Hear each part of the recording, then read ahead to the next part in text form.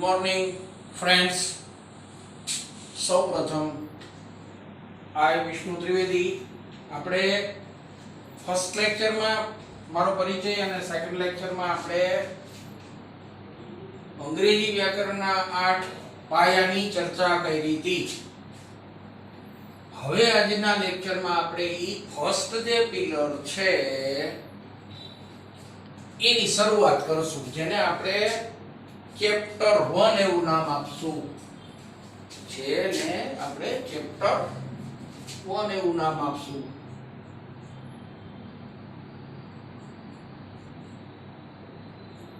Chapter 1 એનું નામ છે part of speech. Part of speech.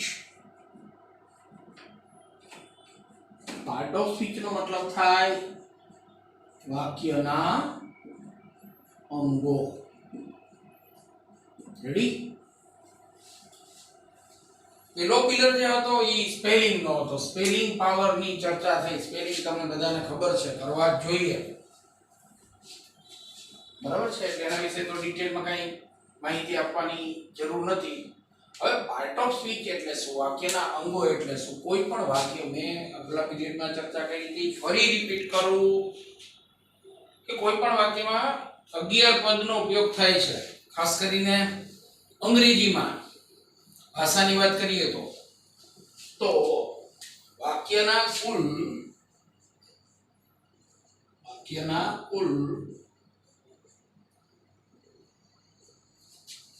11 અંગો છે. આ 11 અંગોમાં સૌથી પહેલું ફર્સ્ટ એનું નામ છે, એની વાત છે, એનું નામ છે નાઉન. નાઉન એટલે નામ. બીજું એનું અતિ મહત્વનું અંગ છે પ્રોનાઉન. પ્રોનાઉન. પ્રોનાઉન એટલે સર્વનામ. ત્રીજું મહત્વનું અંગ, નાઉન આવે એટલે આર્ટિકલ નો પ્રશ્ન આવીને ઉભો રહે. તો આર્ટિકલ બે પ્રકારના છે, ઇન્ડેફિનિટ આર્ટિકલ અને ડેફિનિટ આર્ટિકલ. અત્યારે આપણે માત્ર લખશું એ એન ધી, કોઈ ધ કે કોઈ ધી કે, બરાબર? નંબર 4, આર્ટિકલ પછી સબ્જેક્ટ. સબ્જેક્ટના ઘણા બધા અર્થ થાય. સબ્જેક્ટ એટલે વસ્તુ પણ થાય, સબ્જેક્ટ એટલે કર્તા પણ થાય. તો સબ્જેક્ટ એટલે અહીંયા કર્તા. નંબર 5, પાંચમું પદ. સબ્જેક્ટ પછી ઇંગ્લિશમાં વર્બ આવે. વર્બ એટલે ક્રિયાપદ. નંબર 6, સબ્જેક્ટ, વર્બ અને ત્યાર પછી ઓબ્જેક્ટ.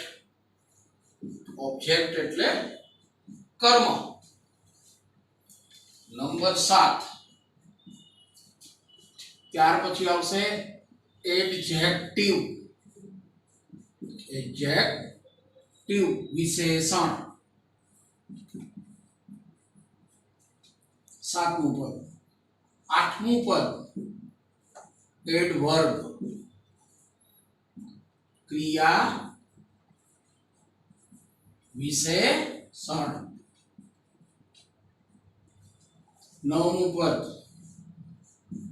પ્રીપોઝિશન. ઘણા બધા વિદ્યાર્થીઓ આને પ્રેપોઝિશન બોલે છે, પણ એનો મૂળભૂત પ્રોનાઉન્સિએશન પ્રીપોઝિશન થાય છે. પ્રીપોઝિશન. નામ યોગી અવયવી. અવયવ નહીં, અવયવી. પ્રીપોઝિશન. 10મું અતિ મહત્વનું પદ કંજક્શન. કંજક્શન. રેલવે જંકશન નહીં, જો કે આનું કામ રેલવે જંકશન જેવું છે. આને હજી આપણે કનેક્ટિવ પણ તરીકે ઓળખી શકીએ. કનેક્ટિવ મીન્સ સંયોજક. સંયોજક. 11મું પદ જેનું નામ છે ઇન્ટરજેક્શન. ઇન્ટરજેક્શન એટલે કે કેવળ પ્રયોગી અવયવી. ઓકે, કુલ 11 પદનો અંગ્રેજી વાક્યમાં પ્રયોગ થાય છે, પણ જરૂરી નથી કે દરેક વાક્યમાં 11 પદો વપરાય. વાક્યની જરૂરિયાત મુજબ કોઈ વાક્યમાં 2 પદ, કોઈમાં 3, કોઈમાં 4, કોઈમાં 5, 6, 7, જરૂરિયાત મુજબ આ પદોનો ઉપયોગ થાય. અને એવું પણ જરૂરી નથી કે આ ક્રમમાં જ વપરાય. આ બધાના ક્રમ અલગ અલગ છે, અને આ બધા વિશે તમે કદાચ બધા જાણો છો. હવે આપણે જે ચર્ચા કરવી છે એ એક બહુ મહત્વની ચર્ચા કે ભાઈ કોઈ પણ આપણે વાક્ય બનાવીએ તો આમાં 11 પદ છે, આડા અવડા આપણે વાક્યમાં મૂકીએ તો શું ફેર પડે ભાઈ? તો હું તમને અહીંયાથી જ હવે શરૂઆત કરવા માંગુ છું કે અંગ્રેજી ભાષામાં કે ગુજરાતીમાં કે કોઈ પણ ભાષામાં આ દરેક પદનું છે ને વાક્યમાં એક સ્થાન છે. સ્થાન એટલે બધાને ખબર છે પોઝિશન છે. એને ઈ પોઝિશન ઉપર મૂકો તો જ એનું મહત્વ સ્પષ્ટ થાય. તો મૂળભૂત બેઝિક પ્રશ્ન અહીંયા 3 છે કે વાક્યમાં વપરાતા અંગો કેટલા, તો એની ચર્ચા કરી. ફરીને હું રિપીટ કરું. પહેલું નાઉન, બીજું પ્રોનાઉન, ત્રીજું એડજેક્ટિવ આર્ટિકલ, ચોથું સબ્જેક્ટ, પાંચમું વર્બ, છઠ્ઠું ઓબ્જેક્ટ, સાતમું એડજેક્ટિવ, આઠમું એડવર્બ, નવમું પદ પ્રેપોઝિશન, 10મું પદ કંજક્શન ઓર કનેક્ટિવ, અને 11મું પદ ઇન્ટરજેક્શન. માઇકલ જેક્સન નહીં, કામ જો કે માઇકલ જેક્સન જેવું છે, અને તમે બધા માઇકલ જેક્સનને કદાચ ઓળખો છો, બરાબર? પણ આનું ઇન્ટરજેક્શન છે, માઇકલ જેક્સન નથી. એમ કંજક્શન એટલે સંયોજક. સંયોજક મીન્સ પુલ, રેલવે. ઓકે, પણ રેલવે કંજક્શન નું મતલબ રેલવે જંકશન નહીં. ઓકે, હવે આપણે આ બધા પદોની ચર્ચા કરીએ ત્યારે બે વસ્તુ બહુ જરૂરી છે કે દરેક પદનું વાક્યમાં એક સ્થાન છે. લોજિકલી રીતે આ બધું ગોઠવાયેલું છે, બરાબર? તો એક તો આ દરેક પદનું સ્થાન વાક્યમાં એક અમુક જગ્યાએ જ આવે. બીજી વસ્તુ, ભાઈ શા માટે આવું? તો કે તમે દરેક પદને એના યોગ્ય સ્થાને મૂકો ને તો જ એનું મહત્વ સ્પષ્ટ થાય, બરાબર? તો આ પદો શીખવા જરૂરી છે. હવે ત્રીજી મહત્વની ચર્ચા કરી. તમને સ્વાભાવિક છે પ્રશ્ન થાય, તમે કદાચ શીખા પણ છો, પણ તમે આ દરેકનો ડિટેલમાં અભ્યાસ નથી કર્યો. જેમ કે નામની વાત આવશે તો નાઉન એટલે શું, એના જુદા જુદા ઉદાહરણો પણ. અચ્છા, એના 6 પ્રકાર છે. એવી રીતે પ્રોનાઉન, સર્વનામ, તો એના પણ ઘણા બધા અલગ અલગ પ્રકાર છે. એટલે આ એક ટોપિક, એક પદ, એની ડિટેલમાં આપણે ચર્ચા કરવાની છે. અધકચરું કે ઇનકમ્પ્લીટ નથી કરવાનું. સમજાઈ ગયું? અને બધા જ આ જે ડિટેલમાં ચર્ચા કરશું એનો ઉપયોગ દરેક જગ્યાએ થાય છે. આપણી પાસે ઘણીવાર અધકચરી માહિતી હોવાને કારણે આપણે જુદા જુદા નામને એક જ નામમાં કન્વર્ટ કરીએ છીએ, અને ઘણીવાર આપણને ખબર નથી પડતી. તો આજે આપણે પેલા પદની ચર્ચા કરવી છે, નાઉન. રેડી? આ પદ એની આપણે આજે ચર્ચા કરવી છે. કે ભાઈ નાઉન એટલે શું? નાઉન એટલે આમ જનરલ ગ્રામરની ભાષામાં નાઉન કહેવાય. નેમ એટલે નાઉન, નામ થાય, અને નાઉન એટલે નામ થાય. તો આપણે જોઈએ નાઉન. નાઉન એટલે નામ. હવે સૌપ્રથમ પેલા એની વ્યાખ્યા. નામ કોને કહેવાય? સ્વાભાવિક છે કે તમે એને બરાબર સમજો. આપણે ભગવાને બધાને 2 આંખ આપી છે, અને આ 2 આંખ વડે આપણે જે પણ આપણી આસપાસ કે દૂર જે કાંઈ વ્યક્ત. હવે નામની વ્યાખ્યા જોઈએ. એટલે મેં તમને સ્ટાર્ટિંગમાં એમ કીધું કે ભાઈ આપણે આપણી આંખ વડે આપણી આસપાસ કે દૂર દૂર જે પણ જોઈએ છીએ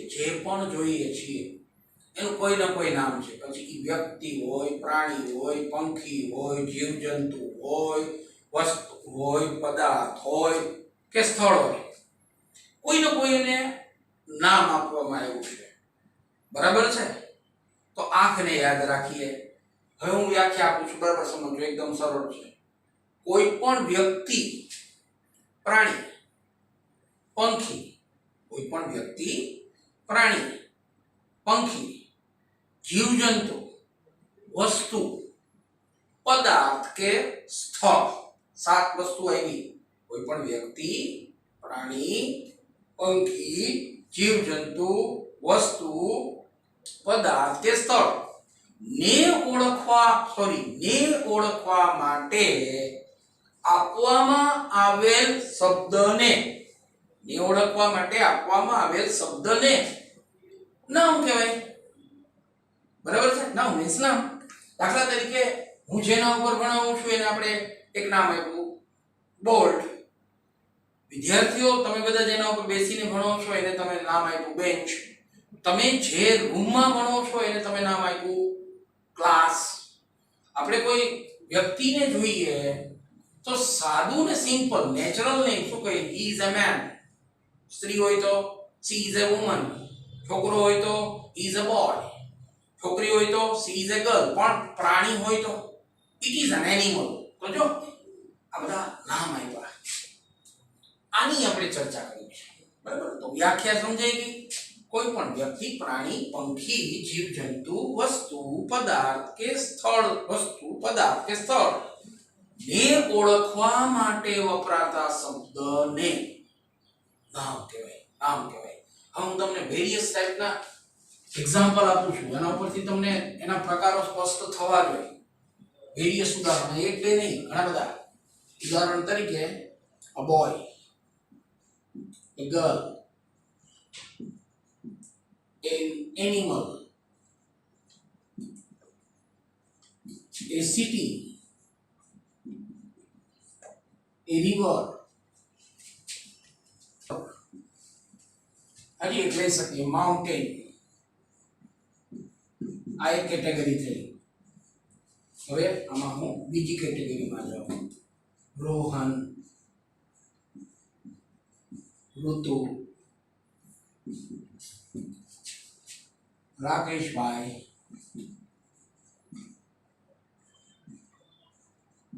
સરિતાબેન. બીજી કેટેગરી. પછી આગળ વધુ એમાં ગંગા, મીઠું, ટાઈગર. ઓકે, પણ અહીંયા મીઠું ઈ પોપટનું નામ છે, ટાઈગર ઈ ડોગનું નામ છે. ટાઈગર એટલે વાઘ નહીં. રેડી? હવે આમાં હજી આગળ વધીએ. વોટર, ઓઇલ, કર્ડ એટલે શું થાય? દહીં. બટર. હવે આગળ વધીએ. Wheat, rice. હજી આગળ વધીએ. Gold, silver. હજી આગળ વધીએ આમાં. Oxygen, carbon. ઓકે, ત્રીજી કેટેગરી. ચોથી category. A team in army, a classroom. Okay, અને લાસ્ટ તો નહીં, ફિફ્થ, 5મી કેટેગરી. એમાં આવશે honesty, kindness, brotherhood વગેરે. અને લાસ્ટ કેટેગરી જેને તમે પ્રેઝન્ટ પાર્ટિસિપલ કહો છો, એ પણ એક નામ છે, કૃદંત નામ, છઠ્ઠો પ્રકાર. વોકિંગ, સ્વિમિંગ, વગેરે. કૃદંત નામ, કૃદંત નથી, એ કૃદંત તરીકે પણ કામ કરે છે, વર્તમાન કૃદંત તરીકે, અને એ નામ તરીકે પણ કામ કરે છે. તો અહીંયા 6 કેટેગરી મેં તમને આપી. પહેલી કેટેગરી, બીજી કેટેગરી, ત્રીજી કેટેગરી, ચોથી કેટેગરી, પાંચમી કેટેગરી અને છઠ્ઠી કેટેગરી. આ બધા નામ છે ને. નામનો તો ગડબડ થઈ જાત ને આ દુનિયામાં. ઓલું શું ઓલું, ઓલા ભાઈ કોણ? ઓલું પાણી ભર્યું હતું, શું પણ શું? પાણી ભર્યું હતું, પાણી શું પણ એને શું કહેવાય? પાણી ભર્યું હોય તો તળાવે કહેવાય, પાણી ભર્યું હોય તો રિવરે કહેવાય, પાણી ભર્યું હોય તો સી કહેવાય. પણ ત્રણેય વસ્તુ જુદી છે. પ્રાણીની વાત આવે એનિમલ, પ્રાણીને ઓળખવા માટે એક શબ્દ આવ્યો ને, કુદરત, નેચરલ ને એનિમલ. પણ પછી આ કંઈક બે શિંગડા હતા અને આમ 4 પગ વાળો હતો. આમાં 4 પગ વાળા તો કોના પ્રાણી છે? પ્રાણી કયું નહીં, આમ અવાજ કરતો હતો, એવો અવાજ તો ભાઈ આમ તો ઘણા બધા પ્રાણીનો હોય. We can not identify. આપણે ઓળખી શકશું નહીં આવી કઈ વર્ણન કરવાથી, તો લાંબુ થાય. તો આ નામના 6 પ્રકારના મેં અલગ અલગ ઉદાહરણ આપ્યા. સમજાય છે? આ નામ છે. જો આ દરેકને ઓળખવા માટે આ કંઈક ને કંઈક કુદરતી નામ આપવામાં આવ્યા છે. બધાને એક રીતે નથી સાંકળા. રેડી? તો આ નામની વાત થઈ. સમજી ગયું? ના પ્રકારની વાત કરવી છે. Kinds of noun. કાઇન્ડ્સ એટલે પ્રકાર. નામના પ્રકારો.